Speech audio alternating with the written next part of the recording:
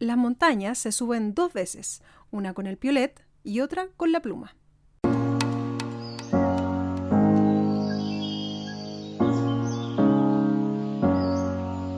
Soy Carolina Fernández y esto es Montaña para Todos.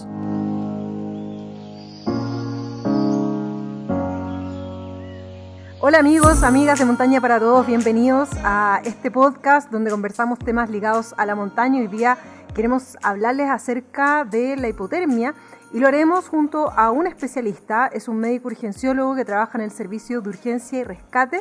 También es voluntario del grupo de rescate médico de montaña. Muy bienvenido a Montaña para Todos, Nicolás Vargas. Hola Caro, muchísimas gracias por la invitación a este podcast. Estoy muy contento de estar hoy con ustedes. Muchas gracias a ti por aceptar nuestra invitación para conversar acerca de hipotermia hoy en día. Esta vez lo escogimos como tema porque es sumamente importante, va ligado directamente a cómo estamos vestidos en la montaña, cuáles son las condiciones meteorológicas, así que pueden escuchar también otros capítulos, pero comencemos en este caso por describir la hipotermia, Nicolás. ¿Cómo la podemos entender?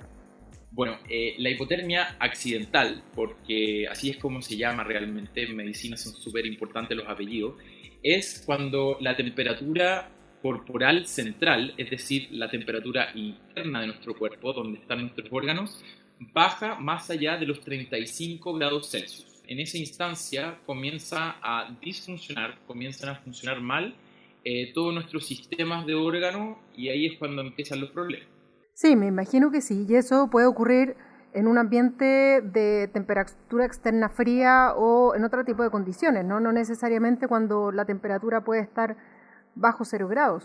Efectivamente, la verdad es que existen dos tipos de hipotermia. Uno de ellos, que es la hipotermia secundaria, que es la que ocurre cuando falla nuestro organismo, y eso ocurre en otros contextos más allá de la montaña, en los pacientes adultos mayores, las personas que tienen alguna enfermedad, que toman medicamentos, pero la hipotermia primaria básicamente es la que ocurre en contextos cuando la temperatura externa está más abajo de nuestras capacidades de adaptación.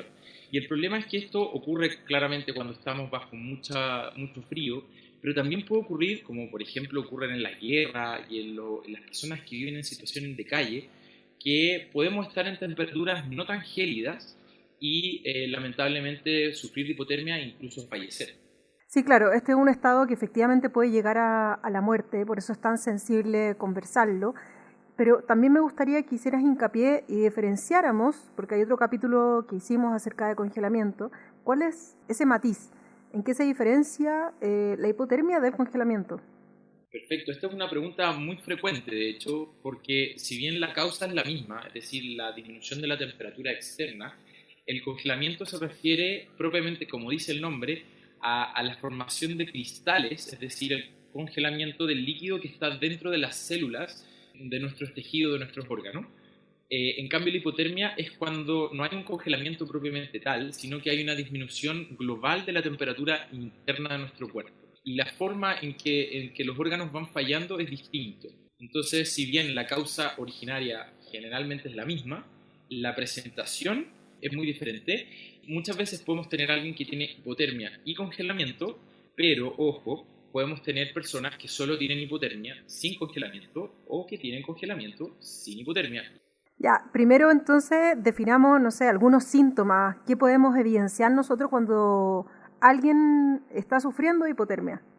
Mira, básicamente cuando empieza a ocurrir esta disminución de la temperatura, primero el cuerpo reacciona intentando defenderse y por eso es que aumenta toda la adrenalina en nuestro cuerpo y comenzamos a pelear. Y esto lo que va a hacer es, primero, los cambios conductuales. Nuestro cuerpo va a querer moverse, vamos a sentir frío y nuestro cerebro va a intentar buscar de alguna u otra forma un refugio o abrigarnos.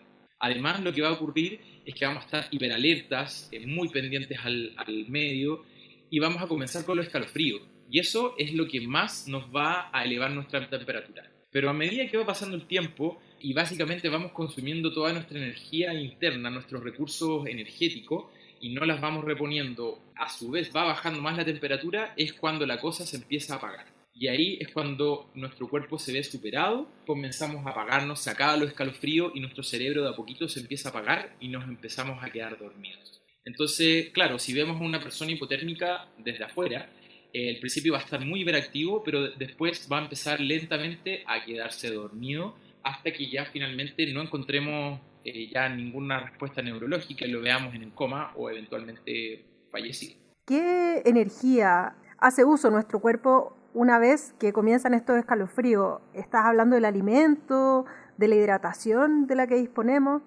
Exactamente, o sea, son básicamente las mismas energías que nosotros utilizamos cuando estamos haciendo ejercicio de manera habitual, en la hidratación, la glucosa, todos esos alimentos y energía que tiene nuestro cuerpo son las que en este momento van a ser vitales para poder mantenernos vivos. Por lo tanto, existen situaciones que tienen más riesgo para tener hipotermia, como por ejemplo estar en un estado de deshidratación o estar en un estado de menor energía porque veníamos haciendo ejercicio o porque ya nos quedamos sin alimento. Siempre el tema de la hidratación se cruza, ¿no? Cruza todos estos temas médicos. Finalmente uno tiene que tener una buena ingesta de líquido para evitar tantas cosas que nos pueden ocurrir. Sigamos en el juego de estar fuera, ¿no? De yo ser quien presencie una hipotermia. Si yo estoy detectando ya estos primeros síntomas, ¿qué tengo que hacer? ¿Cuáles tendrían que ser las primeras medidas con esta persona? Como les comentaba, existe un continuo desde esta hipotermia que podríamos llamar leve, en donde la persona está despierta, hiperalerta, hasta esta persona que de a poquito se va quedando dormida, ya no es capaz de moverse, ya está comprometida de conciencia, no es capaz de valerse por sí mismo, y básicamente es la persona que se va a quedar ahí y si nadie la rescata, esta persona va a fallecer. ¿Qué es lo que hacemos? Depende de en qué contexto está. Efectivamente, dentro de los casos que me ha tocado vivir en la montaña, yo he presenciado los dos escenarios. Por ejemplo, una vez me tocó rescatar a mi hermana, que estaba con una hipotermia leve, afortunadamente. Hicimos todas las cosas disponibles para sacarla y fue un éxito, a diferencia de una vez, en lo contrario, en que me tocó en el Aconcagua, una persona joven que debido a una tormenta lamentablemente falleció. Entonces, es un escenario que puede ser muy fácil de resolver si tenemos los recursos versus el escenario catastrófico de ver a una persona fallecer frente de tu propio ojo. Sí, debe ser tremendo. Ya que viviste esas dos situaciones, en una con resultado positivo y la otra lamentablemente con el fallecimiento, ¿en qué podrías hacer la diferenciación? ¿Qué elementos pudieron sacar adelante a una y no a otro? Mira, básicamente yo creo que lo primero es el tema de estar consciente del riesgo de que existe la hipotermia y por lo tanto vamos a estar mucho más alerta. Entonces, uno es prevenir y en ese sentido ir preparados para las condiciones en que supuestamente nos vamos a encontrar, pero tenemos que siempre ir con la capacidad de resolver problemas y a su vez el diagnóstico precoz, es decir, si estamos viendo que la cosa se está complicando y vemos a alguien que ya no está respondiendo como nosotros esperamos, o empieza con escalofrío, o dice que tiene frío, hacer un diagnóstico precoz es lo que probablemente va a hacer la diferencia.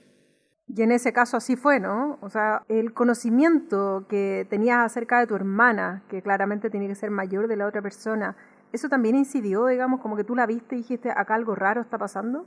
Absolutamente, o sea, ella empezó, lo primero es que tenía la ropa mojada, se cayó al agua, y eso es uno de los factores de riesgo importantes, tener la ropa mojada en frío. Y ella empezó efectivamente a sentir mucho frío y escalofríos que son incontrolables, y eso me alertó rápidamente de que estábamos ante una hipotermia leve y me llevó a intervenir rápido en vez de dejarlo pasar. Ahí hablaste de hipotermia leve. Hay distintos grados de hipotermia, ¿no? Ahí califícalo y también descríbelos como para también saber cómo va creciendo esta problemática. Efectivamente, existe la hipotermia leve, moderada, grave y profunda. Hay una clasificación según una temperatura que nosotros podemos tomar, pero ahí entra la dificultad. ¿Quién tiene en la montaña un termómetro capaz de medir estas temperaturas? Porque en general se hacen con termómetros bien especiales.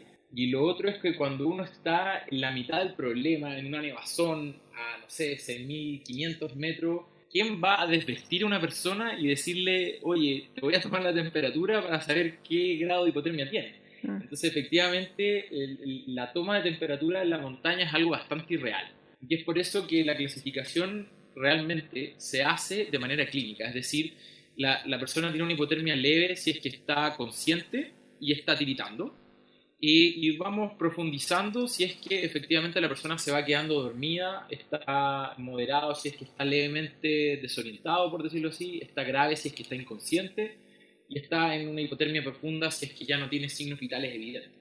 Entonces no necesitamos realmente un termómetro para hacer el diagnóstico de hipotermia. Claro, eso es importante porque suena bastante irrisorio, hay mucha teoría, pero la verdad es que hay que llevar los casos a la realidad y eso es bueno que nos ejemplifiques con ambos temas. Ahora, yo sé que el tiempo en la montaña es muy relativo, como diría Einstein, pero ¿cuánto tiempo aproximadamente debiese pasar entre que la persona pasa de una hipotermia moderada o leve a una ya grave? ¿O qué condiciones se deberían dar como para que esto aumente? Eso realmente es muy variable y depende de muchos factores. Por ejemplo, la cantidad de grasa que tiene la persona, la cantidad de energía que tiene disponible en su cuerpo, si tiene alimentos o no disponibles, si hay alguna patología asociada, es decir, simplemente está con frío o, por ejemplo, se cayó y tiene una fractura, tiene un trauma asociado, cuán abrigado está, si es que está mojado o no está mojada su ropa. O sea, la verdad es que es muy variable. También es muy importante la temperatura, obviamente, externa que hay. Se ha descrito que puede disminuir en 9 grados por hora en la nieve y de hasta 21 grados por hora en el caso de que estemos en agua corriendo fría. Claro, pero eso siempre va a ser variable y también dependerá de la condición individual. O sea, hay personas que suelen tener las manos muy frías, las extremidades, que suelen padecer de ese mal, digamos, en la ciudad incluso, y que en la montaña les cuesta muchísimo más recalentar. ¿Puede que esas personas se vean más expuestas? Si bien, como te comentaba, hay condiciones personales del metabolismo y de la cantidad de grasa que tengan, un poco la sensación de frío que tengan las personas y la condición circulatoria de las extremidades probablemente no va a determinar que hagan una hipotermia real. Ok, no debería incidir entonces. Exactamente. Nico, y respecto a esos casos que, no sé, quizás algunas personas que están escuchando también los han oído, se han replicado en algunas películas, de personas, por ejemplo, que en un estado particularmente gélido ambiental, llegan incluso a quitarse la ropa, ya cuando están prácticamente inconscientes, digamos, están fuera de sí. Ese ya sería un síntoma de una hipotermia grave o aguda. Mira, efectivamente, como te comentaba, lo principal que ocurre en la hipotermia es que nuestro cerebro comienza a apagarse y en ese sentido va a disfuncionar.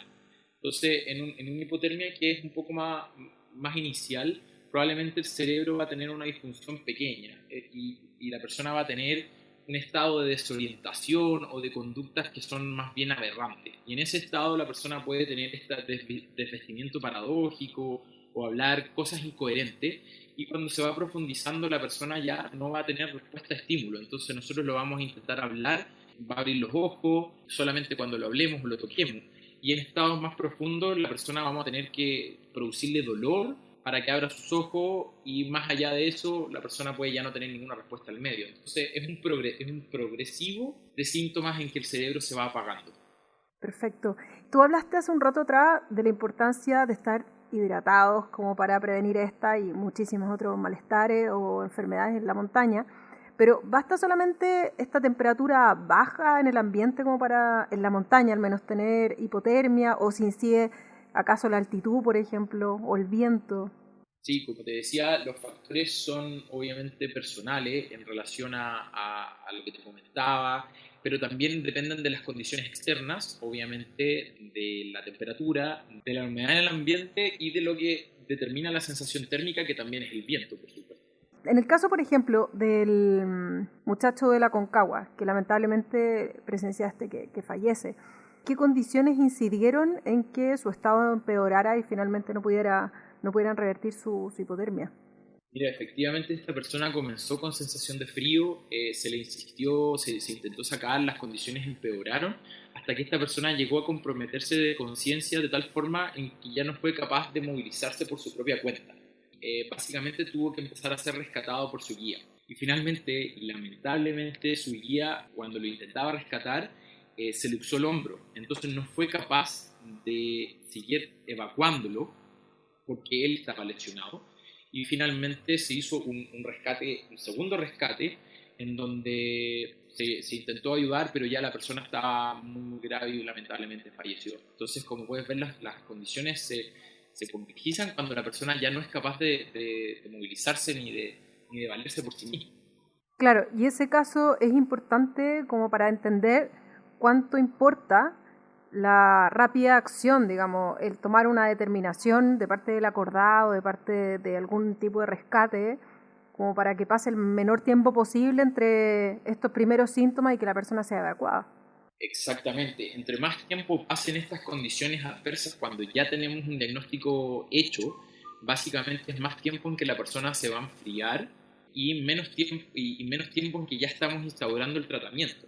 Y es por eso lo importante de tener los conocimientos, aunque sea básicos, de medicina de montaña, porque cuando decimos, ok, tenemos un problema médico, en este caso hipotermia, pero aunque estemos en la montaña y en un estado agreste o fuera del hospital, vamos a necesitar instaurar inmediatamente los tratamientos. Entonces pueden faltar muchas horas hasta que llegue alguien capacitado completamente para tratarlo, pero debemos ser nosotros mismos autovalentes y ser capaces de iniciar el tratamiento en el lugar.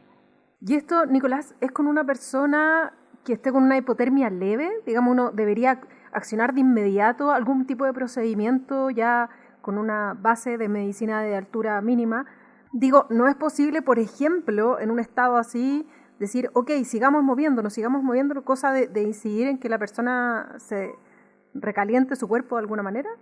Excelente pregunta. Mira, yo te diría que podemos hacer dos grupos.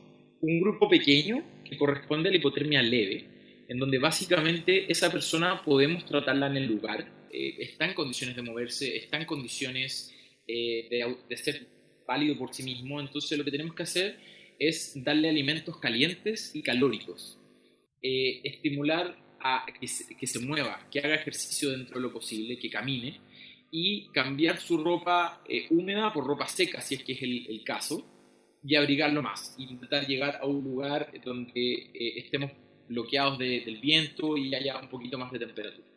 Probablemente con esas medidas nosotros vamos a poder controlar esta hipotermia leve. Y tenemos este segundo gran grupo donde está la hipotermia moderada, grave y profunda, que lo vamos a meter en este otro segundo gran saco, en donde ya no podemos hacer esto mismo, en donde la persona ya no debemos estimularla a que haga ejercicio, la persona la debemos mantener lo más quieta posible, lo más tranquila posible, idealmente acostado.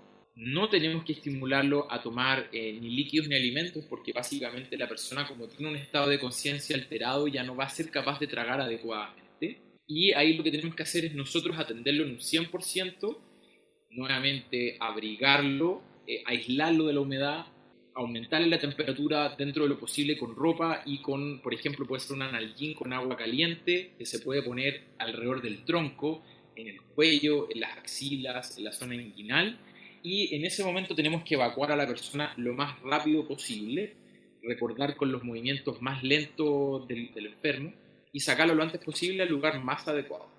Ajá. Y en ese proceso de recalentar el cuerpo, recuerdo que en el capítulo de congelamiento hablábamos de hacer un recalentamiento paulatino, o sea, muy gradualmente, no de forma brusca, digamos, someterlo a alta temperatura del agua, por ejemplo. ¿Esa es la recomendación que se hace en caso de esta hipotermia en su fase inicial? Como te comentaba, hay ciertas diferencias. El problema es que cuando uno recalienta una extremidad muy rápido, lo que ocurre es que la sangre fría que está en la extremidad puede ir al cuerpo y bajar la temperatura del cuerpo. Eso es lo que se llama el aftershock. Aquí tenemos que recalentarlo lo más rápido posible, pero tenemos que preocuparnos de recalentar el tronco, no las extremidades, el tronco. Entonces, si nosotros recalentamos a la persona de manera segura, mediante estas técnicas que yo te comento, abrigándolo y poniendo solamente de manera segura esta agüita caliente, cualquier líquido caliente en las Nalgene, por favor no las vayan a dejar mal cerradas porque nos podemos quemar, cerca de nuestro tronco, no debiera haber problema con subir la temperatura de manera rápida. Ok, entonces uno puede fallecer de hipotermia. Eso es bueno como dejarlo en claro, como para que la gente le tome el peso a esta clase de síntomas. Desafortunadamente sí, podemos morir de hipotermia si es que las condiciones así se dan y también si es que nosotros no le tomamos el peso a situaciones como esta, que lamentablemente estamos muy expuestos en la montaña.